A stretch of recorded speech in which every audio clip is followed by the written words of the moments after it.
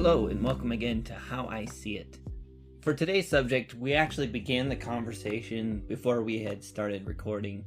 I don't think we planned on recording, and we realized once we got going, hey, we should hit record. So started recording midway through the beginning of the conversation, and I think you'll be able to catch on pretty quickly.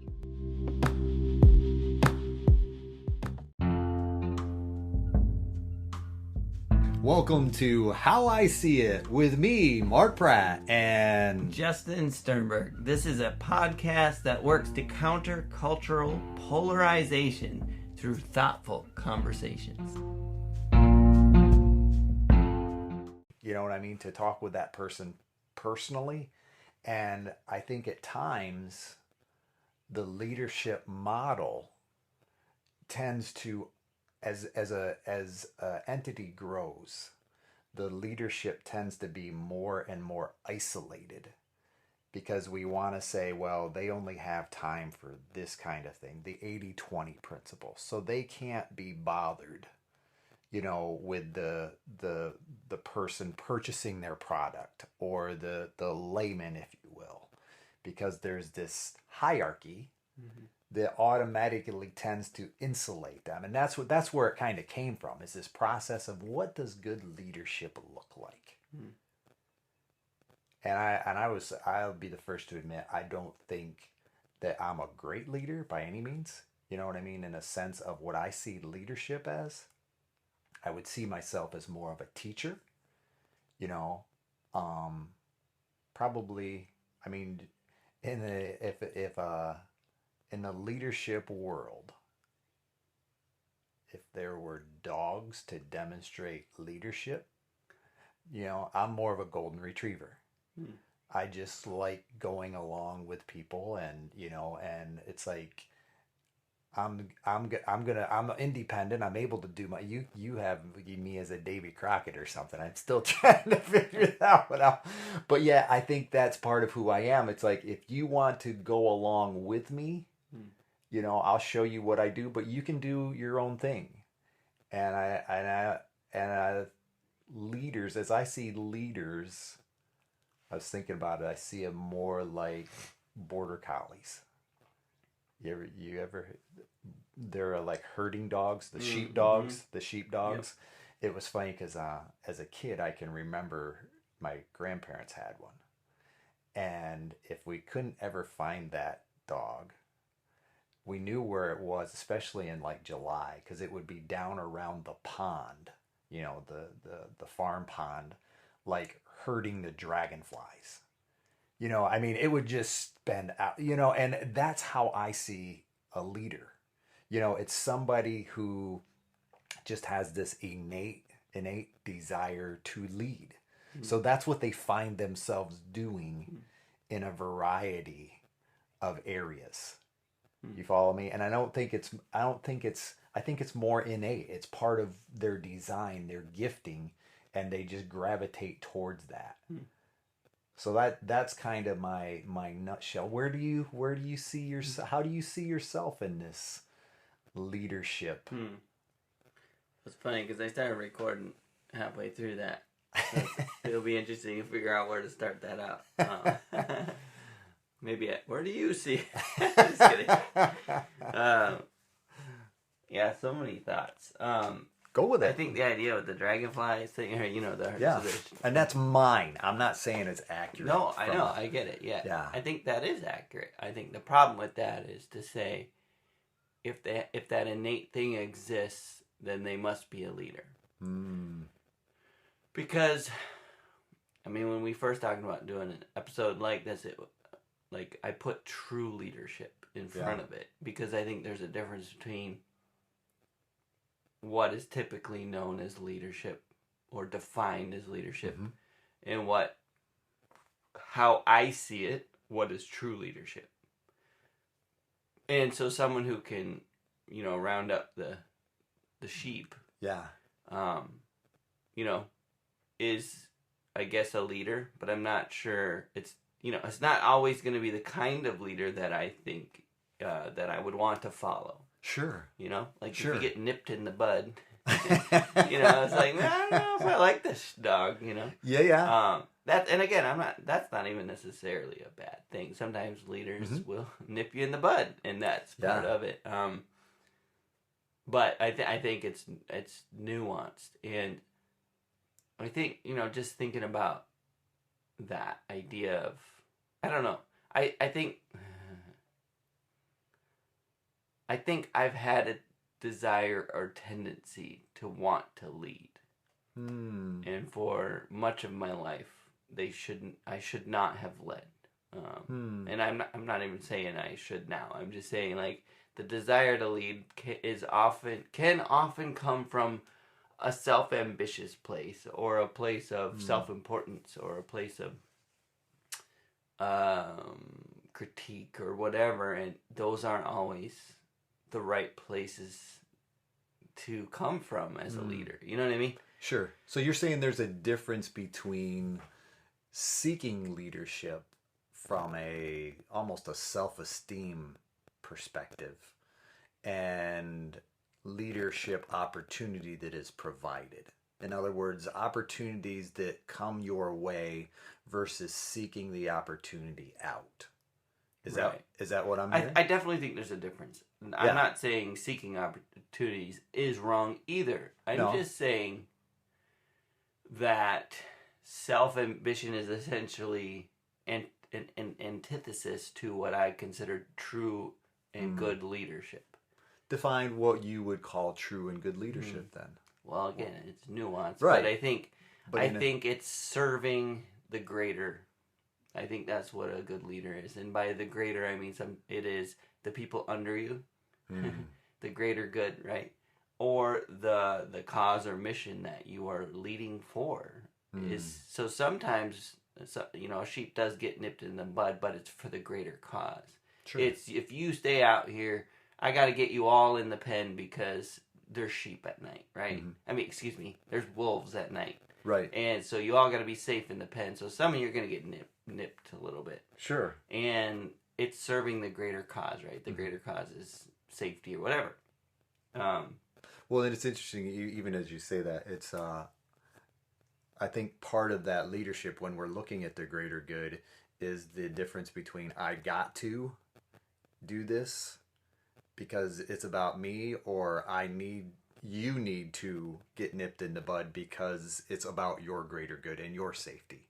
You follow me? I think sometimes that can get lost at times when we're not reflecting on the greater good of others.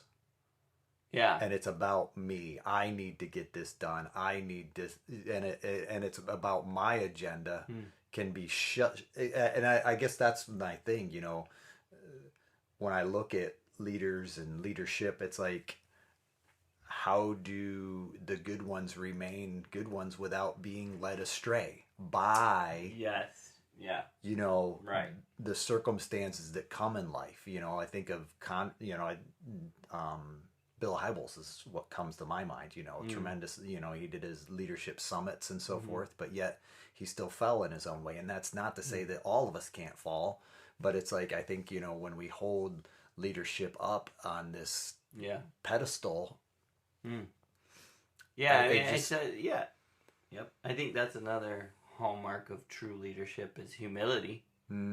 Is this idea to say what you just said, like, hey, I am a human just like the rest of us, and the reason I'm where I am is because I have this much more responsibility and things to answer for, and I've shown that I can do that, but I'm not without failure, right? Sure. And I'm human. Yeah, and I think, leadership positions are, you always look up to them as if they're whatever. Again, true good leadership represents a lot of work. It represents a lot of, ideally, selfless behavior where you are doing a lot of work to make sure things go the way they're meant to go. To fit the vision, to fit whatever. And sometimes that means being an example. Like, a good leader sets the example, A role model. And, so an example. Like, you do the thing you want the sheep to do, for instance, right? Like, You run all the way to the back and you say, come on, and you run all the way to the front and you run all the way back. And, each sheep sees you running for 10 feet, but they're not aware of you're running circles around them, right? I think, now I'm not saying that's good leadership, No, but I am understand. saying there is a part of leadership that just requires a lot of work. Sure. And I appreciate you running working ahead. with my analogy, Yeah, even though it's inferior. We're stretching it. It's Yeah. starting to, the seams are starting to stretch a little. But no, I think that it is adequate explanation because there is a lot of behind the scenes work that gets missed by any individual that represents making a thing happen or, pushing the ball forward, so to speak. I think good leaders as well know how to delegate. So a good leader isn't selfless to the point where he burns up, and I think that's a valuable lesson that probably most good leaders learn the hard way. Maybe Yeah. I don't know. Yeah. Because in an effort to be selfless or whatever, set the example, it's easy to, light the candle on both ends. And I mean, Jesus got away all the time, and he's the ultimate example of a leader, right? Sure. He didn't demand followers. He just showed up and did what he was meant to do, and people came, and then when he needed rest, rejuvenation, whatever, he would pull himself away in the thick of the night or whatever it took. He would take care of, things. I don't know. And of course, when we bring Jesus, there is that aspect of servant leadership. What does that look like? And well, that's what I'm saying is I don't think that's different than true good leadership. I think that it's synonymous, and I think leadership, the word that we hear in the world, whatever, just generally speaking, does not invoke that idea. Right. Right. We think of the person that's at the front, the face of the entity is kind of what we've equated to leadership. And it's not always applicable. I mean, granted, that person had division, and I'm not. That being said, Christianity is named for Christ. Sure. He was the epitome of the head, of the face. He was on the cross, hanging. Yeah. I don't think that's not a correct thing to say they can't be the face, but servant leadership, often they become the face because, like I said, they're in front of you serving bandages or whatever, or they're hanging on the cross in Jesus' case. Like, you see them in ways that you think, boy, I'm glad I'm not there. Sure. Or I'm glad I don't have to do what they're doing. You know what I mean? Yeah. I don't know. And I think it's interesting, I guess, as you bring it up, I think of the disciples, when Jesus is washing their feet, and that servant leadership, and how, I think Peter, right? I believe it's Peter, basically said, you can't wash my feet. Yeah. I wash yours. And I think, that good servant leadership like that almost makes us uncomfortable. Yeah. Because it's like that person's doing what I'm not sure I'm willing to do myself. And I think that's where you're talking about, being the example of doing what needs to be done, even if it makes me uncomfortable. Serving other people that sometimes I just want to judge and push aside. And I think that brings up that other part of it that I get to sometimes is like, I think the leadership of the face, the person at the top, it does tend to have sometimes a distance. There can be this distance between the top, if you will, and other people. And that I think that's the part that's almost distasteful for me. Yeah. So let's talk about that. Yeah. Because, again, we'll keep using Jesus as an example.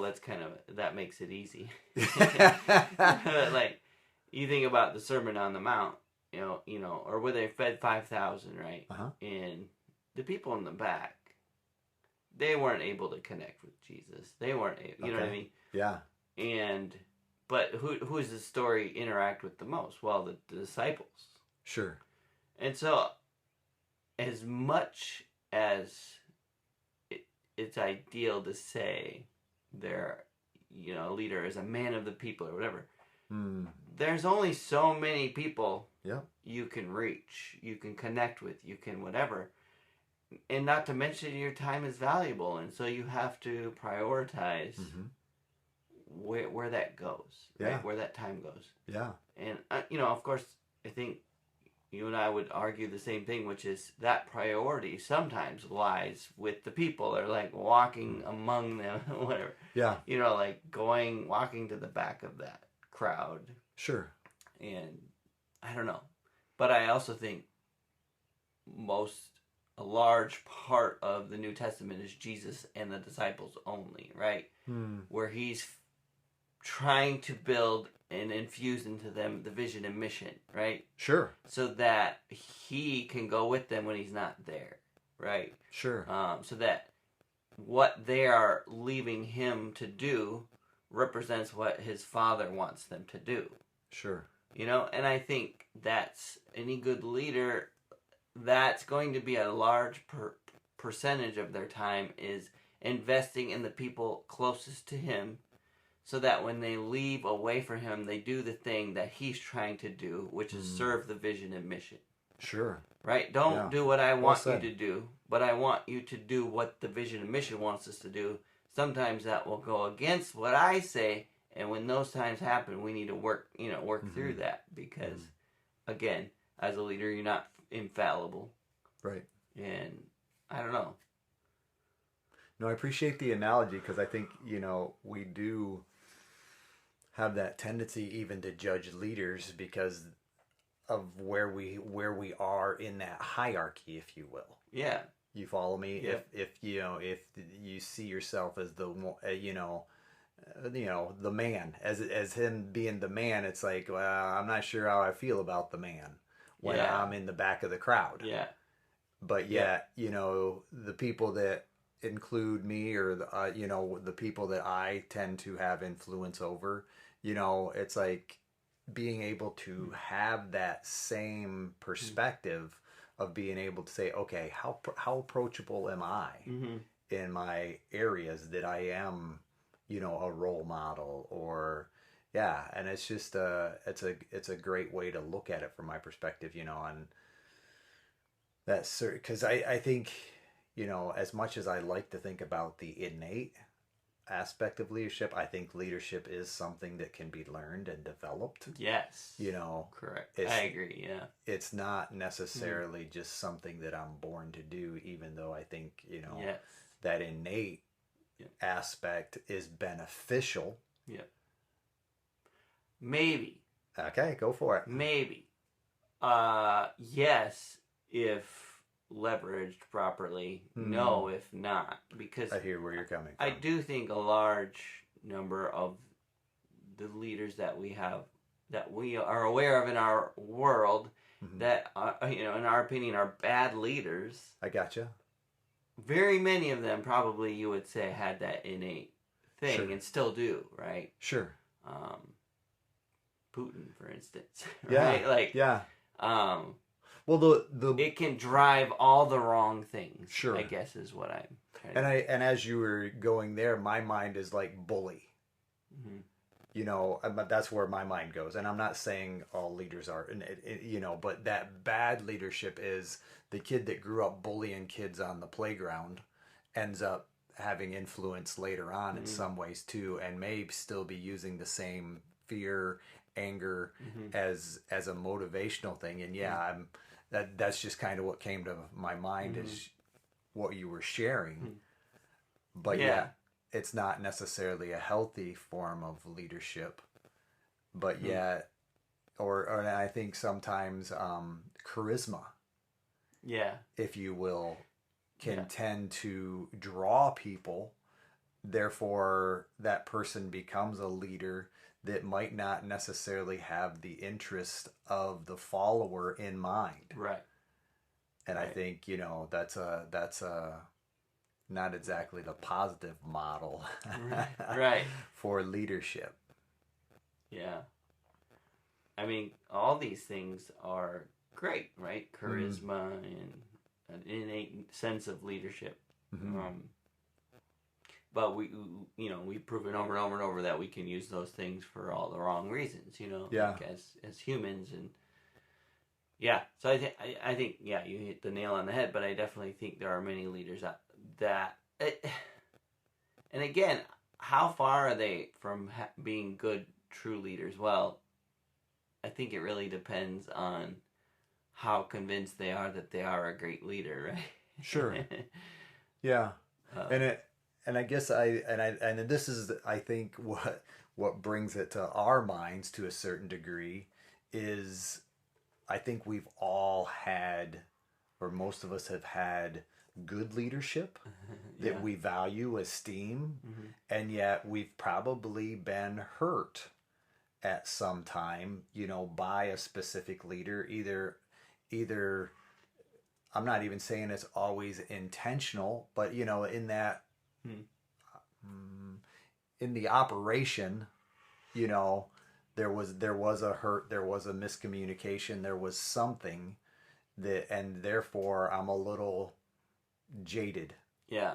When it comes to leadership, or depending on how that fell out, I think that's where we can have such polarity as far as, or should, kind of, I guess the difference between, should there really be leadership? Or, no, you got to have leaders. So who's going to tell us what to do and where to go? Yeah. But at the other time, so that, I guess that's what makes it such a nuanced.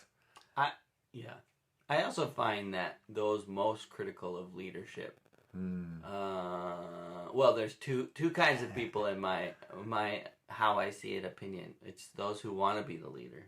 Gotcha. They're the critics, right? Or those who have never glimpsed, right? Or have spent their life avoiding leadership. Gotcha. Right. And of course, don't get me wrong. Those are the only two categories. But I think those are maybe the most vocal critics that you hear. It's like, well, yeah, you're not getting the hand-me-downs you want, right? Like, as someone who's never aspired to leadership or really shouldn't, their complaints might represent, like, they're not doing enough for me. You know what I mean? Yeah. And whereas someone with the aspirations towards leadership would go, well, they're clearly not doing this thing. Look, they're not taking care of you. They're not filling your needs. And I don't know. It's just interesting. But no, that's a great insight as far as, I think, because I think of when, I'll be honest, when I complain, that's that process, might be stepping on my toes. I'll be honest, to the point of when I complain, where is that coming from? Yeah. You follow me? Yeah. And being able to recognize that and say, okay, yeah, that's a great perspective. I even as I'm gonna have to. I think of F3. F3 comes to mind. The fitness group that we have, because that's a rotational leadership. Yeah.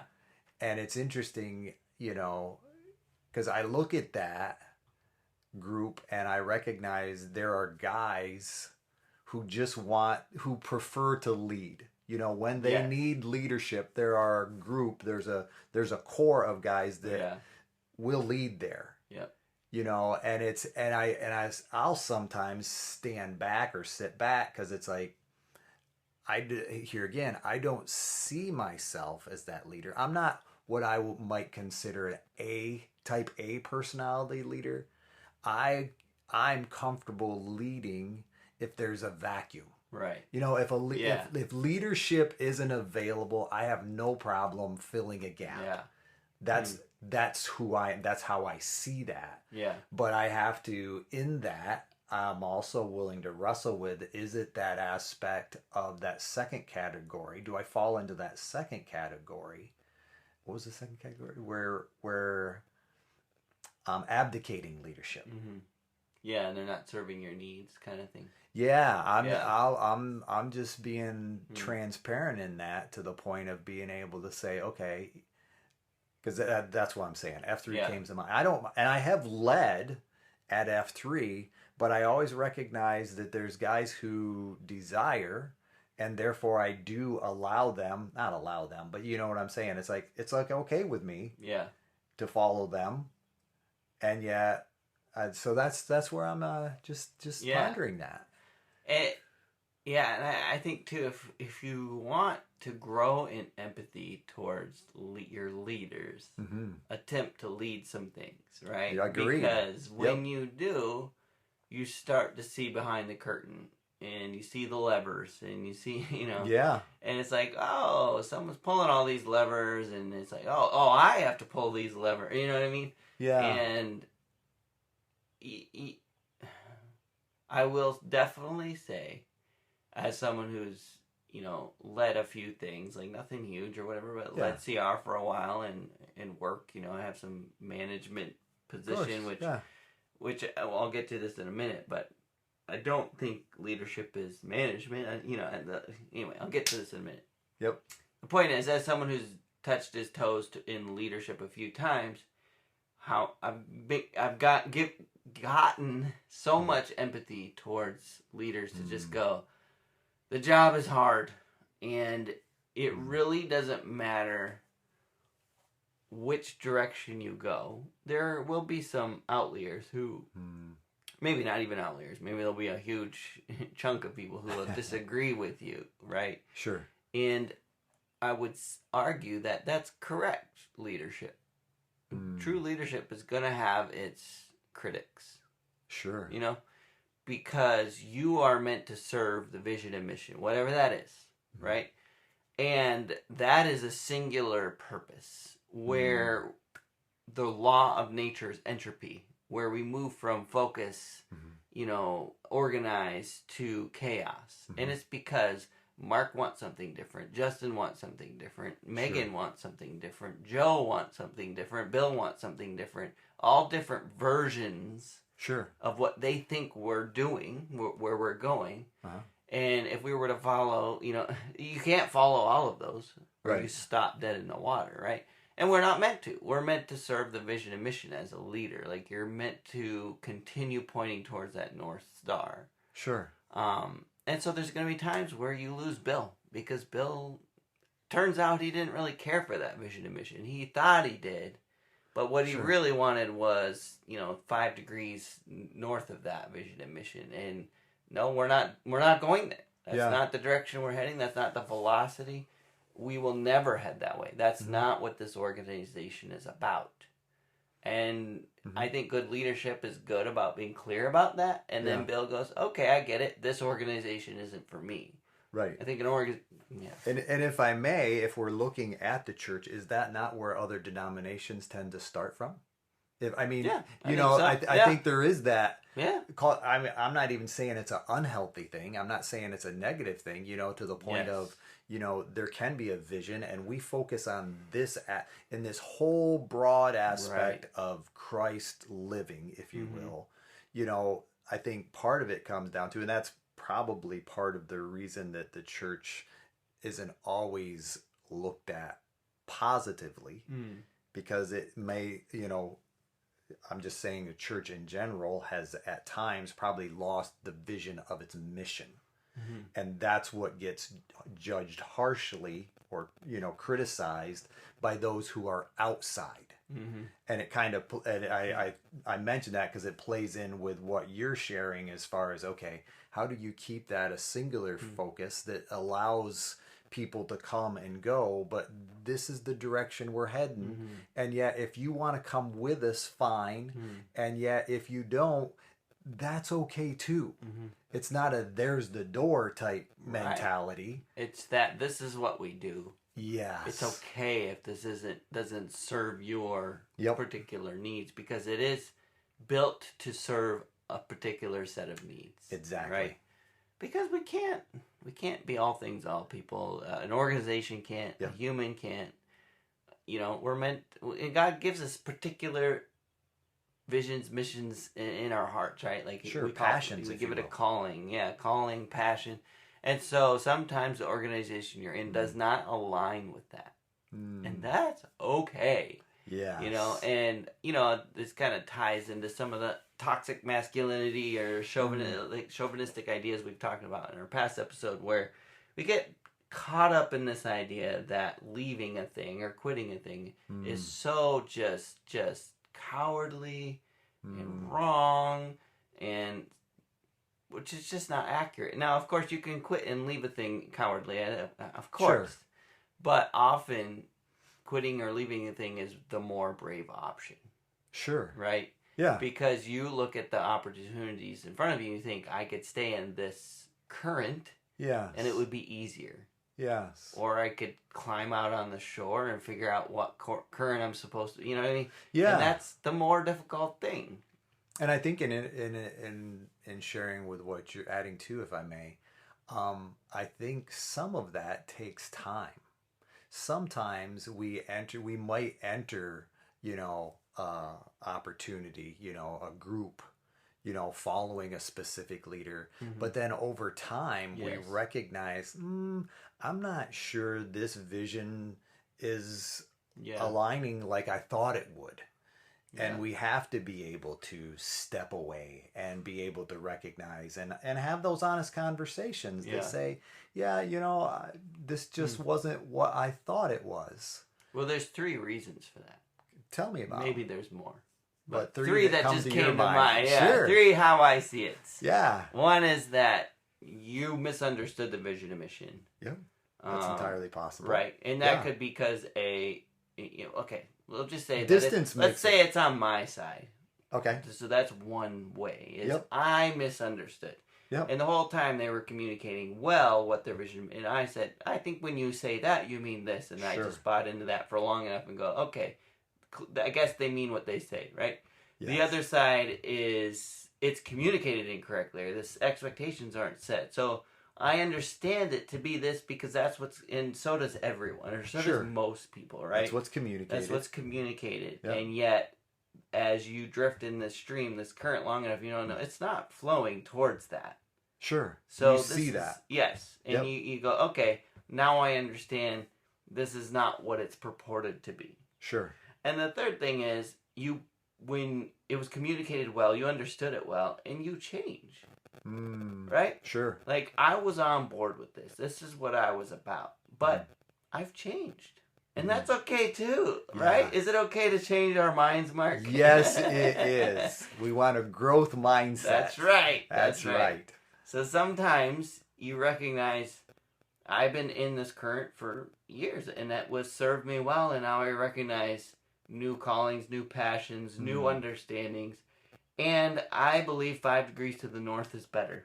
Sure. And so I'm going to find an organization or start one that's heading that direction. Sure. Is that wrong? Is that does that indicate that the organization is doing it? No. Not necessarily, right? No, doesn't have to be. Yeah. Yeah. I mean, there can be areas where it is to that point. Right. Where it's like, no, Right. I'm recognizing this is unhealthy. Right. And I think that's the part where it's personal leadership, if you will, that yes, personal leadership, responsibility yes. to be able to say, okay, this is not what I thought it was, or this is not what it was communicated to be, or I have changed, and now it's time for me to do something different. Or I misunderstood it. Sure. And it's time for me to do something different. Yeah, so personal leadership is on that's the one. And if we're talking about leadership, I think the best thing that you can do is figure out your vision and mission and communicate it nonstop.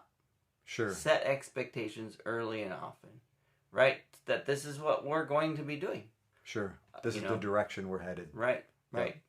And this is what that direction looks like over here. And this is what that direction looks like in this part. And this is what this direction looks like at this time of day, right? And setting those expectations as often as you can in every area you can, letting that vision and mission filter down through every decision, right? Sure. Those values. I think that's, as a leader, the best thing you can do. So that those who misunderstood you can't do it for very long. Sure. And those who find themselves disagreeing with you can come to that conclusion safely and clearly and quickly. And like, I don't want someone to serve in an organization that maybe I would lead that's not on board with the vision and mission, right? Sure. Like, yeah, I get it. Move on. That's, you know what I mean? And if anything, that I think that brings up another point. It's like, if I think there is that tendency with the two fallacies you share, of I want to be the leader, or, that kind of thing. I think we can tend to, as humans, we can tend to hijack the mission and almost come in and kind of like the wolves type thing, when, Jesus talks about, I start pulling other people aside and saying, well, if I was leader, I'd do this. We'd have ice cream at lunch, in a simplified version. Yeah. But, I would be pulling, this isn't right and this isn't. And I think that's the sad part of, sometimes church leadership is that, where the factions, right, are created. Right. And I'm just as we're talking about that, that's what comes to mind for me is that, how many times I've seen that, and it's like, it just leads to that division again, and, telling people what they may want to hear. That's sad. Yeah. When that happens. Yeah.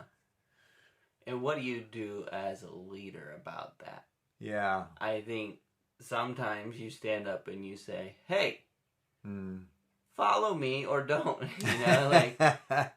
And I think that's where, some of the stuff you were saying earlier, like I have empathy for it. Yeah. This idea that, hey, right-hand man, what can you get up and just remind them what the vision and mission is, and that's what I'm here to serve as a leader. And that, I think good leadership points to the vision and mission.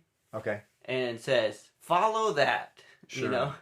And that's what I'm trying to follow. Yeah. Sometimes I'll miss the mark or whatever. I'm not perfect, but that's what we're going for. If you're not up for that, that's okay.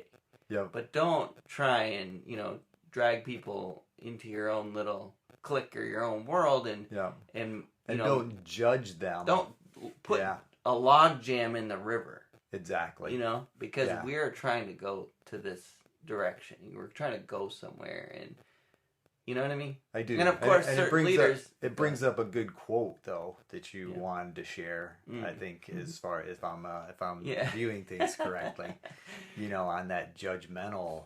Yeah. Well, I was thinking about people who believe that leaders are wrong for one reason or another, whether it's I'm a sheep and you're not feeding me fast enough, or I'm a leader in training, say, who thinks you're doing it wrong, right? Yeah. It makes me think of Theodore Roosevelt's speech, where the man in the arena. Sure. He says, it's not the critic who counts, not the man who points out how the strong man stumbles, or the doer of deeds could have done them better.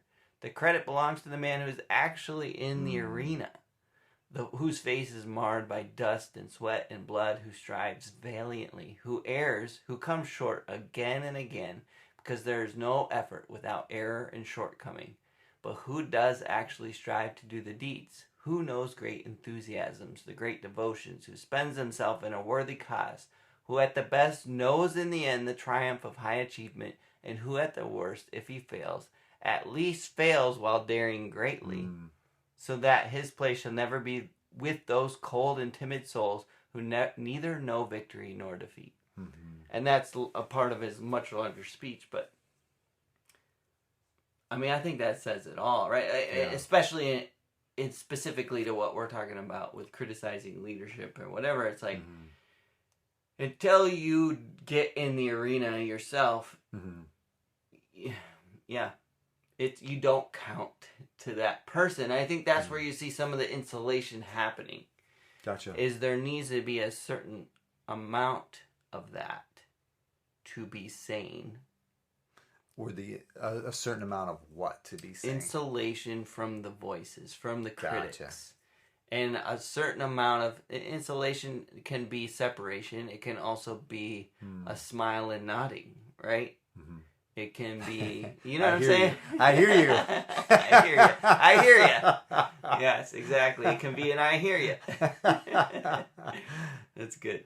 I think a lot of the things that you and I talk about in regards to good and bad leadership, I think I have a more generous take on it because I've tried to do leaderships. I've been in the arena in a few places, and you get bloodied, you get beat up. You know, it's hard. Yeah. And it's very, on any given day, you feel like you're losing again. You know, and it's like, what do you do today to turn things around, and can I turn things around? And it's just challenging, you know? Yeah. And it all comes to you. It's like, well, we're not going the direction we want to be. Who should I point fingers at? Well, me. I have to point them at me. It starts with me as the leader. All right, so what do I have to do as the leader? You know, because I can't go to my right-hand man and go, why didn't you whatever more? And it's like, that might be part... Like, the idea that your right-hand man's not doing his job might be part of what you have to do as the leader. Sure. But it's not a finger-pointing, why didn't you, whatever, look what's happening because of you. It's, I failed you in some form or another for this to be happening. It could just be I failed in discipline. Yeah. It could be I failed in projecting vision. It could be I failed in accountability and checking up. And it could be I failed in equipping you with what you needed to succeed. So what are you feeling right now? I'm seeing this emotion others aren't going to see on the other side of the mic. Talk with me about that. Well, I think a big part of it was Celebrate Recovery and leading that for several years. And it took a toll, you know, in a good way, I think. It took a toll in a good way. I think...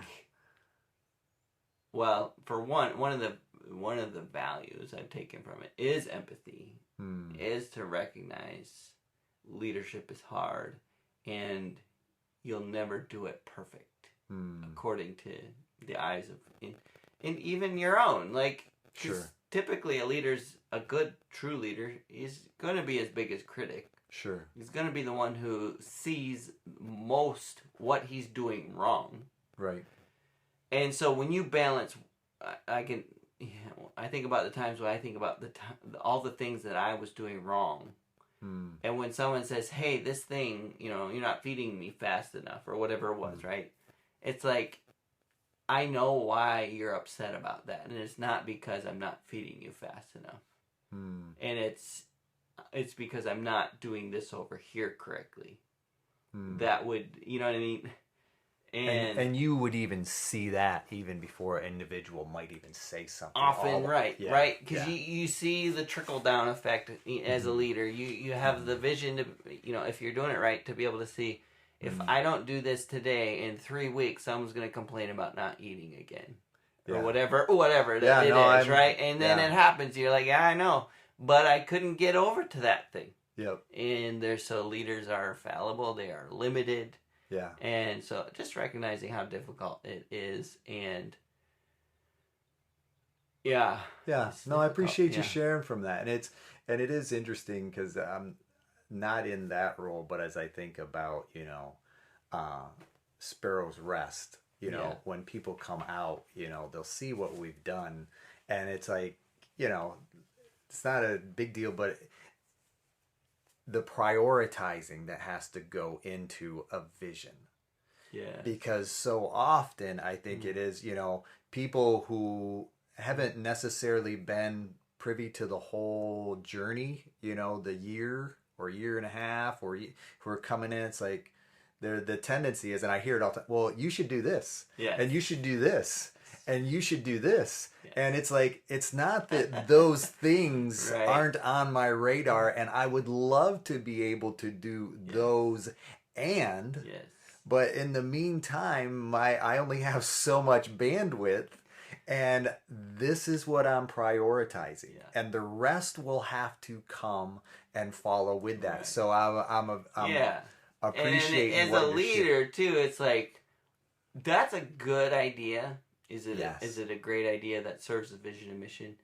Sometimes it's a great idea that serves it, but like you said, I have no ability to make that happen. Hey, are you up for it? Are you willing? Yeah. No. This would be a great thing for you to do. It's like, well, yeah. Yep. You get a lot of that. Yes. Like, weekly.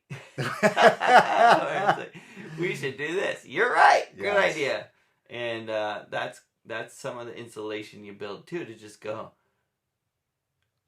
Just understanding that partly, let me reframe this. An awesome part of that is that people care.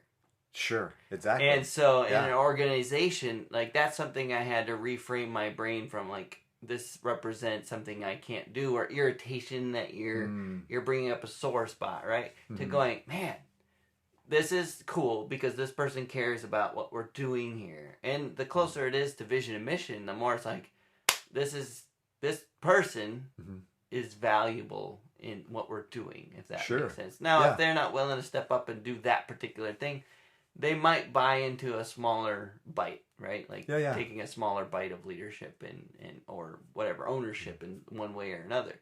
And I don't know, just recognizing that a lot of those things can be good indications, good healthy indications. And I think if you have a healthy organization, there absolutely should be pushback. There should be feedback about how things can be improved or different or whatever. And it is the leadership, trickle-down leadership's roles to figure out which of those things fit in and help make us better and which maybe don't, or maybe are a distraction right now. Exactly. Because that's the thing too, like there's so many amazing things that could be done, but they become a distraction from what you're reaching for right now. And many people would argue that, no, this thing is the thing you should do, not the thing you're reaching for. It's like, well, until they kick me out and put you here, we'll do this. Yeah. Because this is what I'm invested in. And often, too, it's like, well, just stop that and do this. And they don't recognize the years that were built into what you're doing. And so to stop doing it represents a lot of things. It can represent a lot of drama. It can represent, I can't even tell you all the things it can represent. It's not that simple, I guess. Yeah. And so it's like, well, like I said, I've thought this so many times. If they kick me out and put you in charge, I'll do what you're talking about because that's a good thing. Sure. Right now, I can't jump ship. You know what I mean? Yeah. Yeah. Yeah. Because it would be for you in that moment, based on where you're at, that would be a shifting of the vision, a vision change. And if you're not there, if you're, I think there's something to be said. I know we did the one on, we haven't released vision statement yet, have we? Mission statement. Mission statement. We have not. No. Yeah. That comes to mind. Yeah. As far as what is it to be and what am I to be about. So that's great stuff, Justin. I appreciate. Yeah. Well, I want to just say one more thing. Yeah, you go right ahead. I'm still saying that's great stuff. I'm not necessarily transitioning to the end. I was waiting for that. That's how I see it. No, one last thought is like, in my time in leadership with various things, I try to be the kind of leader that I value and fail at it often. So I as much as we talk about how I see it, I also see it, how I see it is that it's very difficult, probably impossible to meet the standard of great leadership to the level that I wish that I could, or that I want to see in others. But I think it's worth striving for. It's that great leadership, that servant leadership, that it is difficult. It is hard, but I think it's worth it. Especially if it represents the greater vision as a believer to build God's kingdom. Yeah. And so that's another episode I'd like to do someday, about our kingdom, his kingdom, this idea. But, yeah, I don't know. Hopefully that says enough. It's just that it's not that I think I think I'm so far from the standard that I want to see in the leaders around me that also gives me a lot of empathy for them to say, Sure. as much as I think I know what good leadership looks like, I could not meet it on a consistent basis. But I tried hard, right? And I know they're trying hard. I can see proof of trying hard around me, right? And so then there's that grace that comes to say, until it's clear, like it's that whole thing, like until I see the direction I'm supposed to go, personally different from the vision and mission that we're following in this particular organization, I'm going to stay with this one, trusting that it's going to work, right? Like, or like we're still heading towards the vision and mission despite failures in leadership. Sure. And that's a good thing. Like, if you still see the streams flowing the direction that the vision and mission purports to me, that's a good thing. Yeah. That, again, it comes down to me whether I want to climb out, right, out of the river. It comes down to me whether I, have a circle of influence versus circle of concern. Do I have the influence to communicate with the people in leadership my concerns? And is it within their circle of influence to, listen to me or like take, do those things come into mind too? Yeah. And that's kind of like the sheep who complains about their meat needs not getting fed. Well, their circle of concern, is the leadership that they have. It's outside of their circle of influence. And so then, like you said, sometimes they'll start nagging at the people that is within their circle of influence and saying, hey, don't you think it should be like this? Hey, don't you think, and try and grow their influence that way, and of course we think that's an unhealthy way to do it, but anyway. No. Yeah. Anything else you'd like to share? Comes to mind. Appreciate you sharing your wisdom with us this morning. I think this one last thought, which is leadership is not a role. So just because someone is a manager doesn't mean they're, again, a good, true leader, and vice versa. Just because someone is not a manager does not mean they're not leading well. Does that make sense? Or a politician, you think of politicians, just because they are in the House of Representatives or Senate or President does not mean they're a good, true leader, right? Yeah, and I think, but I do think there are individuals who might be, when we think of politicians, who might be a leader, or I don't know. I think a person can be elevated according to agenda, maybe, without necessarily being a good leader. That would be my take on that. But that's I guess that I think there's a part where an individual can be part of a bigger machine that puts someone in place for a purpose. But it doesn't mean they're a fit for that. Yeah, and this gets into a whole topic of politics, which would be interesting to cover someday too, because I think by the time you have success in politics, you have had to compromise too much to be what I call a good leader. Yeah, I think that's where I think that's what we're subtly, how the machine works, right? Yeah, I think that's what we're trying to say, or I was trying to say in a polite manner without being judgmental. But there again. Yeah, I'm looking forward to having Jason on, Judge Jason. Yeah, because it'll be fun to hear. Because no doubt. Perspective. No doubt. This is how we see it. Thanks. Thank you.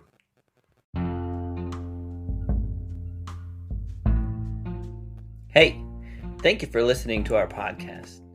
If you like How I See It, please do all the things that podcasts tell you to do. Subscribe, rate, review, Follow us and or talk nicely about us on social media. If you want to reach out, the email is us@howiseeit.click. Yep, I said .click, as in .click. Please tell your friends about this show, and we'll see you on the next one.